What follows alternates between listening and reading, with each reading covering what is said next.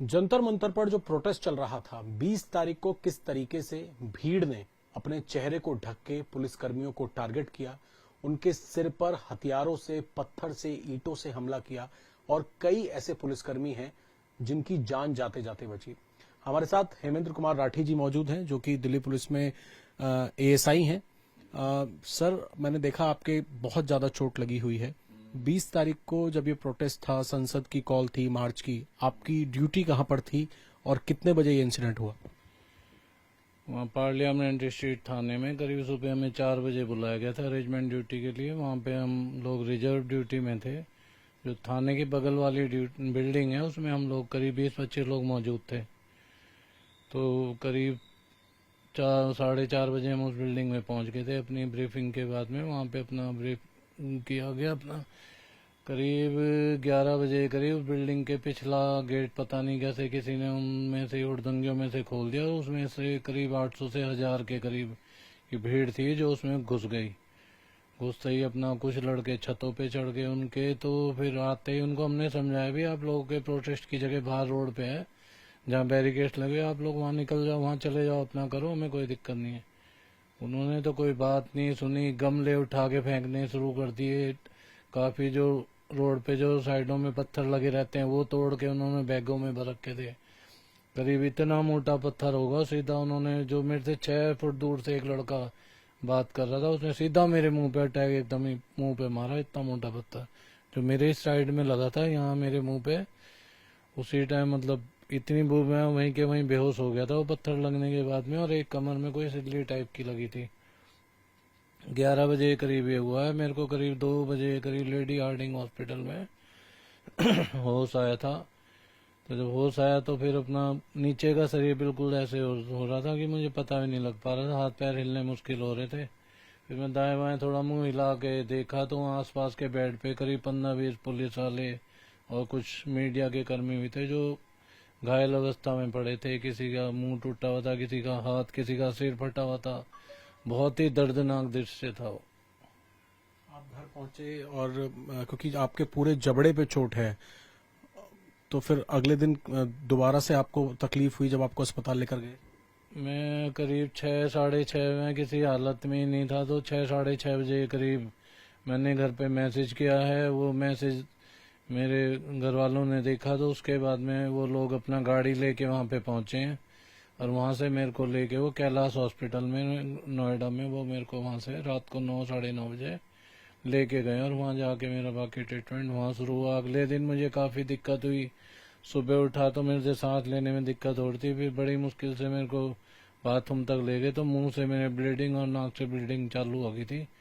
तो फिर उसी टाइम डॉक्टर आ गए थे, उन्होंने अपना ट्रीटमेंट किया। अब थोड़ा आराम है मुझे। मैं आज भी अभी भी हॉस्पिटल से ही आ रहा हूँ, 5-10 मिनट पहले ही आया हूँ। पुलिस कर्मियों को चुन चुन के टारगेट करके हमला किया गया। सर, ये प्रोटेस्ट जो था, स्टूडेंट्स का प्रोटेस्ट शुरू हुआ था और जिस जगह की आप बात कर रहे हैं, थाने से थोड़ा आगे जहां से गमले फेंके गए, वो कैसी वेशभूषा थी? जो लोग मार रहे थे, आप लोगों पे जो हमला कर रहे थे, क्या स्टूडेंट्स लग रहे थे? किस तरह के लोग थे?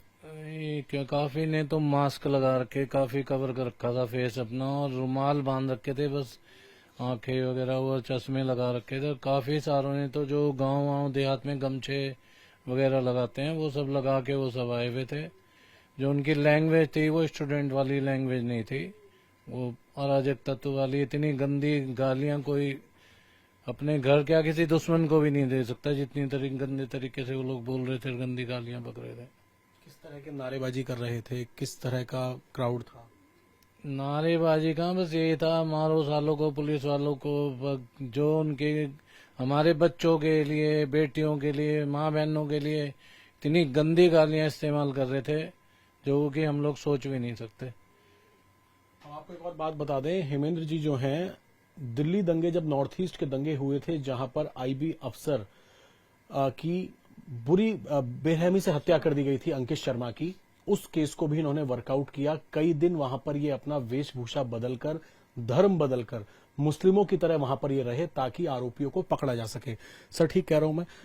अंकित शर्मा केस में जो आपने वर्कआउट किया था, ताहिर और सलमान की गिरफ्तारी की थी, वो कैसे आपने केस वर्कआउट किया था जिसमें अभी उम्र कैद की सजा हुई है ताहिर हुसैन को? जी उसमें इसकी जो सलमान एलियस मुल्ला था, इसका हमने सर्विलेंस पे नंबर ले रखा था।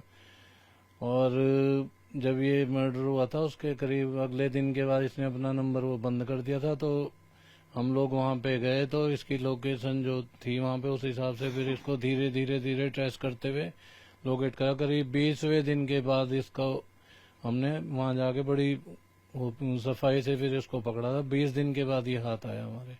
उस टाइम इसने फोन वोन अपना सब कुछ बंद कर दिया था। बड़ी वो सारी क्या बड़ी संभल के सारे काम ऐसे कर रहा ताकि किसी की हाथ ना आए। आपने कैसे पकड़ा? आप वहाँ कई दिन रहे थे अपना वेशभूषा बदल के? जी जी जी, मैं उस अपना दाढ़ी वाड़ी मेरी बड़ी हुई थी। हमारे कुछ उधर के इन्फॉर्मर भी थे जो मुस्लिम थे, उन लोगों ने भी काफ़ी हेल्प करी है इसको ढूंढवाने में, पकड़वाने में। क्या बन के रहे आप वहाँ? मैं एक मुनव्वर खान का नाम टाइटल लेके अपना वही बन के रहा था। वही अपना जैसे उनकी वेशभूषा है उसी तरीके से वहाँ पे 20 दिन तक रहा था। 20वें दिन जाके इसको हम लोग पकड़ने में सफल हो पाए थे।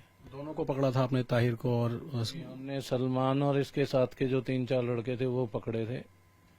जो भी कोर्ट का फैसला आया है इस अंकित शर्मा मर्डर केस में, उससे संतुष्ट हैं आप? बिल्कुल संतुष्ट हूँ। उसमें मेरी गवाही भी हुई थी।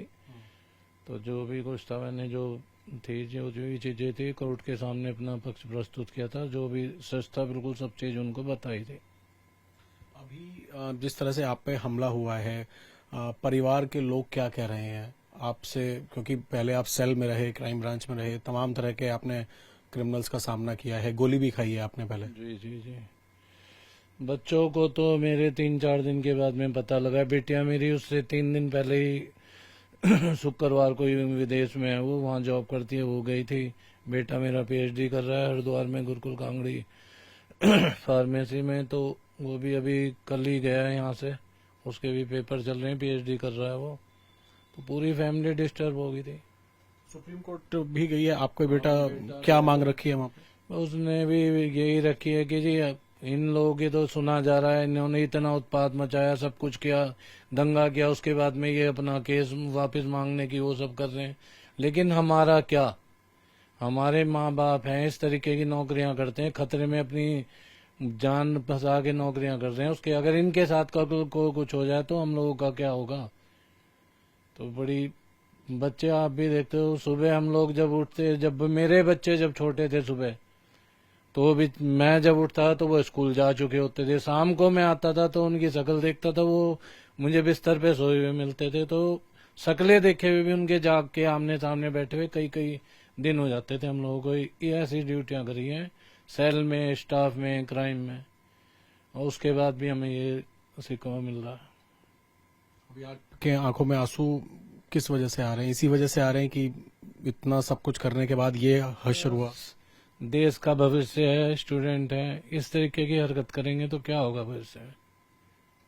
बच्चों के साथ मैं तो अपने बच्चों को भी देखता हूँ, रो पड़ा था बेटा भी मेरा। पर तो परेशान तो है ही है सभी, फैमिली पूरी, रिश्तेदार भी। फादर मेरे काफी 90 साल के हैं, वो परेशान है। अब उनसे मैं बता भी नहीं सकता कुछ, वो खुद इस स्टेज पे हैं अभी।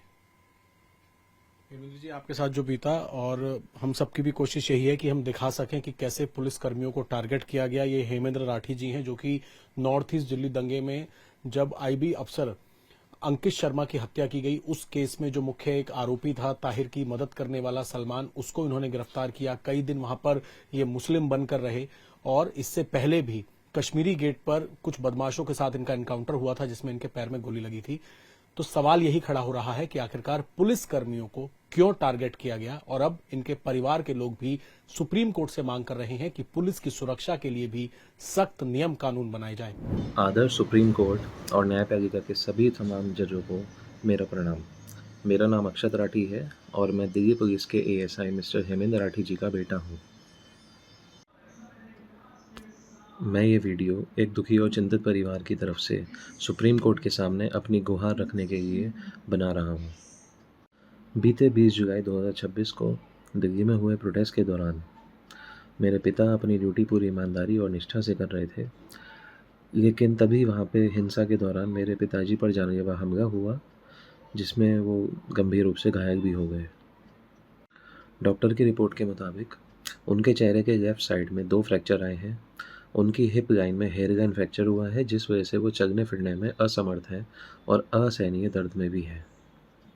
एक पुलिस अधिकारी का काम जनता की सुरक्षा और कानून व्यवस्था बनाए रखना होता है, लेकिन जब ड्यूटी पर तैनात एक वरिष्ठ पुलिस अधिकारी ही हिंसा का शिकार हो जाए और उसकी जान पर बनाए, तो ये परिवार के लिए एक गहरा आघात बन जाता है। हम कोई राजनीति या किसी समुदाय के खिलाफ नहीं हैं, हम बस न्याय चाहते हैं। मेरी सुप्रीम कोर्ट से नम्र अपील है कि मेरे पिता और तमाम पुलिस कर्मियों के हमलावरों पर कड़ी से कड़ी कार्रवाई की जाए। प्रोटेस्ट के नाम पर हिंसा करने और ड्यूटी पे तैनात पुलिस कर्मियों को निशाना बनाने वालों के खिलाफ सख्त से सख्त कदम उठाए जाए। ड्यूटी पर तैनात हर पुलिस अधिकारी की सुरक्षा और उनके इलाज के लिए सही व्यवस्था को सुनिश्चित किया जाए। आप ही देश की सबसे बड़ी अदालत हैं और हमें पूरा भरोसा है कि आप हमारे परिवार और देश के सभी पुलिस कर्मियों को न्याय दिलाएंगे। जय हिंद।